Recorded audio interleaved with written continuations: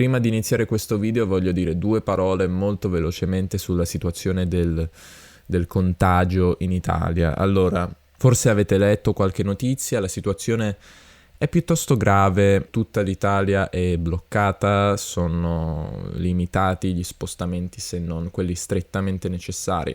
Il vero problema è la capacità degli ospedali e soprattutto dei reparti di terapia intensiva in Italia. È una capacità limitata e tantissimi malati stanno occupando tutti i posti disponibili. Non ci sono posti a sufficienza, non ci sono macchine a sufficienza. In questo momento sono attive numerose campagne per donare, per aiutare numerosi ospedali e vi chiedo se avete la disponibilità economica e se volete fare qualcosa per aiutare l'Italia in questo momento molto complicato, uno dei momenti più difficili e gravi della storia recente. Potete andare a vedere in descrizione o nel messaggio al top dei commenti.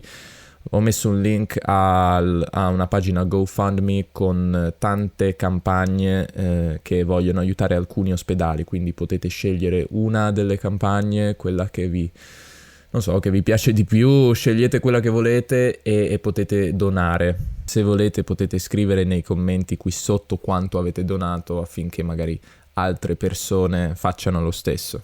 In questo momento aiutare gli ospedali economicamente è l'unica cosa che si può fare.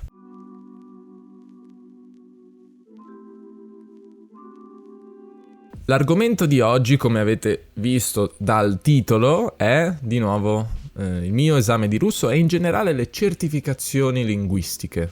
Come vi ho detto nello scorso video, ho appena ricevuto la mia certificazione di C2 in russo. Partiamo dalle origini, perché molti mi chiedono: Davide, ma che te ne fai del russo? A che ti serve il russo? Non potevi imparare una lingua, non lo so, più facile? Ho fatto un episodio del mio podcast che, a dire il vero, è già un pochino vecchio, ma vi metto un link in descrizione oppure qui nel video in cui spiego la mia storia più nel dettaglio. Fondamentalmente la mia prima laurea, e la seconda sta per finire tra poco, probabilmente con una sessione su Skype, perché vabbè, questa è un'altra storia. La mia prima laurea è in traduzione e interpretariato. Ho fatto una scuola per traduttori e interpreti, in cui si potevano scegliere varie lingue. Una lingua però era obbligatoria, ed era l'inglese. La seconda lingua poteva essere scelta tra diverse lingue, in realtà erano spagnolo, francese, tedesco e russo. Lo spagnolo lo sapevo già, il francese più o meno lo stavo imparando, il tedesco non sapevo nulla, però c'erano altre persone che lo sapevano, quindi avevano un vantaggio, erano avvantaggiate. Il russo nessuno lo sapeva. Io non lo sapevo, mi dicevano che era la lingua del futuro e allora ho pensato, ma perché non imparare il russo? È una sfida, è una lingua diversa, è una lingua slava. Allora per me era indubbiamente la sfida maggiore a livello di lingue, perché avevo imparato solamente inglese, spagnolo e francese. Negli anni l'ho imparato, il mio livello è migliorato molto, non tanto però grazie all'università. Ciò che davvero per me è stato fondamentale è il costante ascolto, l'immersione costante nella lingua. Sembrava una sfida quasi impossibile, a dire la verità. E secondo me la difficoltà maggiore del russo non è tanto la grammatica. Sì, la grammatica è molto complicata, ma secondo me la cosa più difficile in assoluto sono le parole, è il lessico, che è molto diverso al lessico delle lingue europee medie, quindi francese, inglese, italiano, spagnolo. Questo significa che è molto difficile capire un testo semplicemente grazie alle parole, perché alla fine, anche se la nostra grammatica è un po' sgangherata e imperfetta, se capiamo le parole individuali e insieme, di solito capiamo il significato di una frase.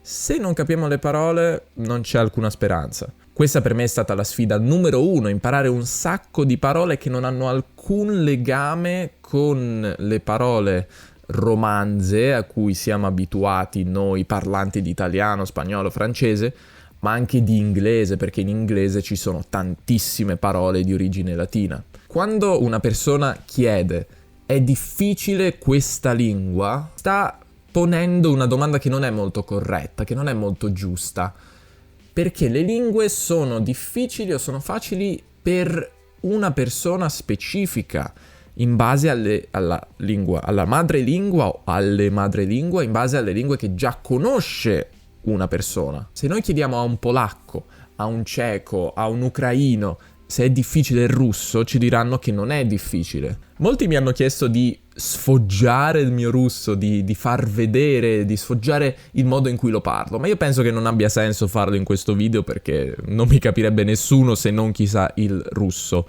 Quindi se volete vi lascio un link in cui sentite più o meno il mio livello attuale di russo. Voglio parlarvi nello specifico del giorno dell'esame, perché ho fatto l'esame in un'associazione culturale russa che è molto comune in tutto il mondo. Entro nella stanza dove dovevo fare la prima parte dell'esame, mi siedo e c'è l'esaminatrice che è una ragazza, una donna russa venuta appositamente da Mosca, che mi dà il foglio, il plico con l'esame che dovevo fare. Guardo e dico: ma che è sta roba? È totalmente diverso da quello che dovevo fare io. C'erano 3 parti al posto di 5 parti, era completamente diverso, la struttura era diversa. E io dico: ma che cos'è questa roba? Io esattamente non mi ero iscritto a questo esame. Che cosa volete che io faccia? Non è esattamente l'esame che intendevo fare. È saltato fuori, significa ho scoperto, è emerso che non era l'esame per il quale mi ero iscritto, quello era un altro tipo di esame. Questo anche per raccontare la disorganizzazione di Italia e Russia, che non sono 2 paesi noti per l'efficienza della burocrazia, e quando si uniscono c'è una esplosione cosmica di disorganizzazione e inefficienza. Alla fine ho detto: questo non è il mio esame, anzi mi sono consultato sul momento su Skype con la persona con cui mi sono preparato. A proposito, l'insegnante con cui mi sono preparata l'ho trovata su Italki, che è anche lo sponsor di questo video, quindi voglio ringraziare Italki per avermi permesso di trovare con una facilità del genere la mia insegnante di russo, il mio tutor di russo, una donna molto preparata in ambito di certificazioni, che mi ha spiegato esattamente come era fatto l'esame, anche perché c'erano poche informazioni sul C2 in russo. C'erano pochissime informazioni, c'era un solo PDF su tutto internet, un solo PDF, era l'unica cosa con cui potevo prepararmi, quindi lei mi ha aiutato, mi ha dato altre cose, altri materiali ai quali non avrei mai potuto avere accesso, quindi voglio ringraziare anche la mia insegnante, voglio ringraziare Italki. Se state pensando di fare certificazioni linguistiche, penso che Italki sia un ottimo modo per trovare insegnanti preparati che vi possono aiutare a prepararvi per questo fantastico obiettivo. E se vi iscrivete utilizzando il mio link nella descrizione avrete diritto a $10 extra in crediti Italki. Alla fine mi sono consultato con la mia insegnante e mi ha detto: no, non è l'esame giusto, chiedi che ti facciano fare l'esame giusto. Quindi alla fine ho potuto farlo, è andato tutto bene, però c'è stato un momento di panico totale in quei primi minuti. Dopo un po' di tempo ho ricevuto la mia certificazione che comprova che ho superato l'esame. I punteggi non sono molto buoni, ma vabbè, non importa, non ci sono scritti, tanto ciò che c'è scritto qua è che ho superato l'esame, quindi quella è la cosa più importante.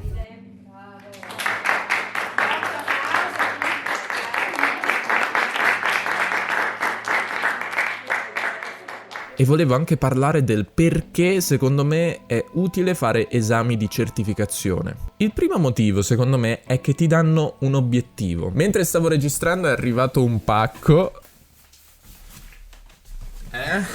Vi piace?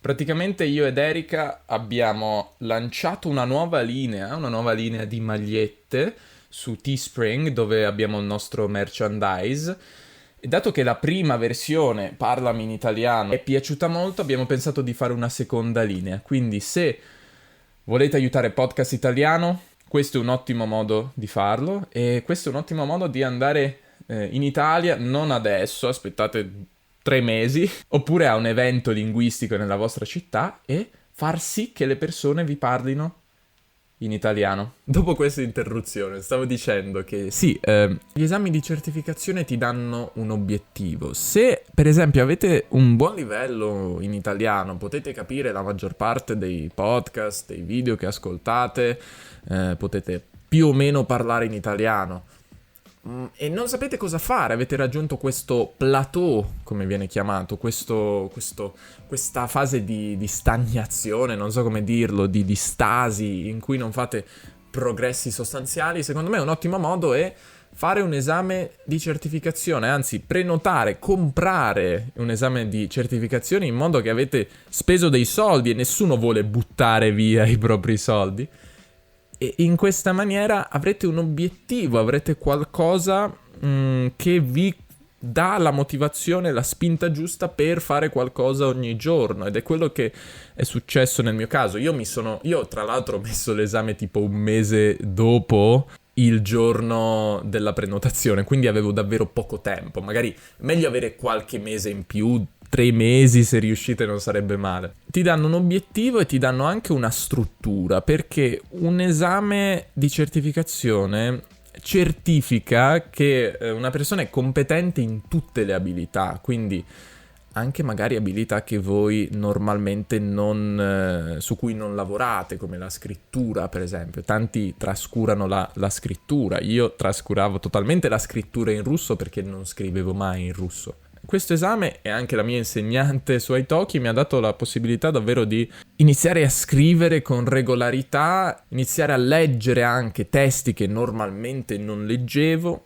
Quindi pensate all'esame non solamente per il pezzo di carta, ma per gli effetti positivi che vi può dare un esame. Di questo parlava anche Luca Lampariello, mio amico, che ha fatto un video sulle certificazioni linguistiche che vi metto, anche quello in descrizione, perché secondo me è un ottimo video e lui spiega meglio di me perché dovete fare una certificazione. Ci sono persone che hanno necessità di fare una certificazione per un determinato lavoro.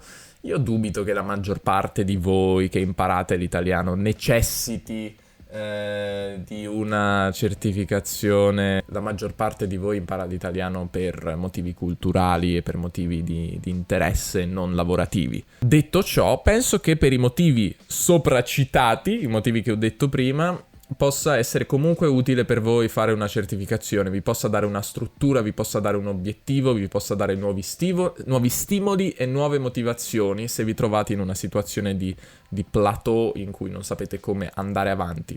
Grazie per aver visto questo video, voglio come sempre ringraziare tutti gli iscritti al mio podcast italiano Club che mi aiutano a fare ciò che sto facendo e davvero un grazie di cuore, un abbraccio, ma un abbraccio da 1 metro di distanza. Come sapete in Italia adesso dobbiamo mantenere il cosiddetto distanziamento sociale, dobbiamo rimanere 1 metro o più di distanza, quindi un abbraccio virtuale a tutti i membri del mio club che hanno accesso a contenuti esclusivi come il podcast esclusivo 3 parole che faccio dopo ogni episodio e dopo ogni video, prendendo 3 parole o frasi difficili che ho detto nel suddetto, cioè nel suddetto episodio oppure video. E niente, grazie davvero a loro. E se volete andate a vedere questa bellissima maglietta. Guardate, secondo me è figo il design. Cioè io non sono particolarmente noto per le mie skill di design visuale, ma penso che non sia male questa maglietta, quindi andate a vedere il link anche al merch. Io penso che posso smettere di blaterare. Grazie per l'ascolto e ci vediamo nel prossimo video. Ciao ciao.